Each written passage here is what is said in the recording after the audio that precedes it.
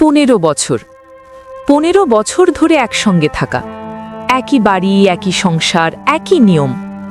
তবু এই প্রথম সে চিঠি লিখছে, কারণ এতদিন তার জীবনে চিঠি লেখার মতো ফাঁক ছিল না। সে ছিল সংসারের ভেতরে, কিন্তু নিজের কাছে পৌঁছনোর বাইরে। আজ সে পুরীতে, সমুদ্রের সামনে দাঁড়িয়ে। স্বামী নেই, সংসার নেই, শুধু সে আর নীল আকাশ।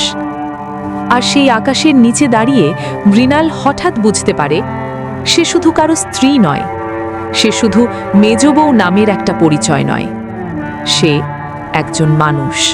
শহরের বড় বাড়িতে তার জীবনটা বাইরে থেকে ঠিকঠাক ছিল। খাওয়ার অভাব নেই, পড়ার অভাব নেই, কিন্তু নিজের মতো করে ভাববার, নিজের মতো করে বাঁচবার সেই জায়গাটা কোথাও ছিল না। তার রূপ ছিল, কিন্তু সেটা ছিল অপ্রয়োজনীয়। তার বুদ্ধি ছিল, কিন্তু সেটাই ছিল সবচেয়ে বড় অপরাধ। সবচেয়ে বড় অন্যায়টা ছিল এই, সে চুপ করে মানিয়ে নিতে পারেনি। তার জীবনে আসে বিন্দু, একটা অসহায় মেয়ে, যাকে সবাই বোঝা ভাবে, যাকে কেউ দেখতে চায় না, কেউ শুনতে চায় না। মৃণাল তাকে আশ্রয় দেয়, ভালোবাসে, আর সেই ভালোবাসার মধ্যেই নিজেকে নতুন করে চিনতে শেখে।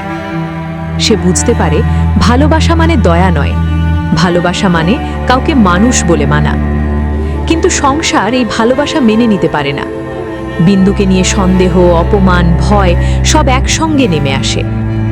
শেষ পর্যন্ত তাকে জোর করে এমন এক জীবনের দিকে ঠেলে দেওয়া হয়, যার জন্য সে প্রস্তুত ছিল না, যার ভেতরে তার কোনো নিরাপত্তা ছিল না। আর তারপর বিন্দু আর ফিরে আসে না। তার চলে যাওয়াটা কোনো নাটক নয়, কোনো খবরের শিরোনাম নয়। সে শুধু প্রমাণ করে দেয় এই সমাজে সবচেয়ে দুর্বল মানুষটার সবচেয়ে কম জায়গা। এই মৃত্যু মৃণালকে ভেঙে দেয় না, এই মৃত্যু তাকে জাগিয়ে তোলে। সে বুঝে যায় যে সংসার মেয়েকে প্রতিদিন নিজের ইচ্ছা, নিজের স্বপ্ন, নিজের কণ্ঠ একটু একটু করে ছাড়তে শেখায়। সেই সংসারেই সবচেয়ে বড় বন্ধিত্ব। সে আর ফিরতে চায় না সেই গলিতে, সেই চার দেওয়ালের মধ্যে। সে লিখে যায়, আমি পালাচ্ছি না, আমি মরছি না, মরেছে শুধু আমার খোলস। আমার সামনে আজ সমুদ্র, আমার মাথার উপর আকাশ, আমি ভয় পাই না আর। যে মেয়েটাকে সবাই তুচ্ছ ভেবেছিল, তার জীবন আমাকে শিখিয়েছে বেঁচে থাকা মানে শুধু টিকে থাকা নয়, বেঁচে থাকা মানে নিজের সত্যের পাশে দাঁড়ানো।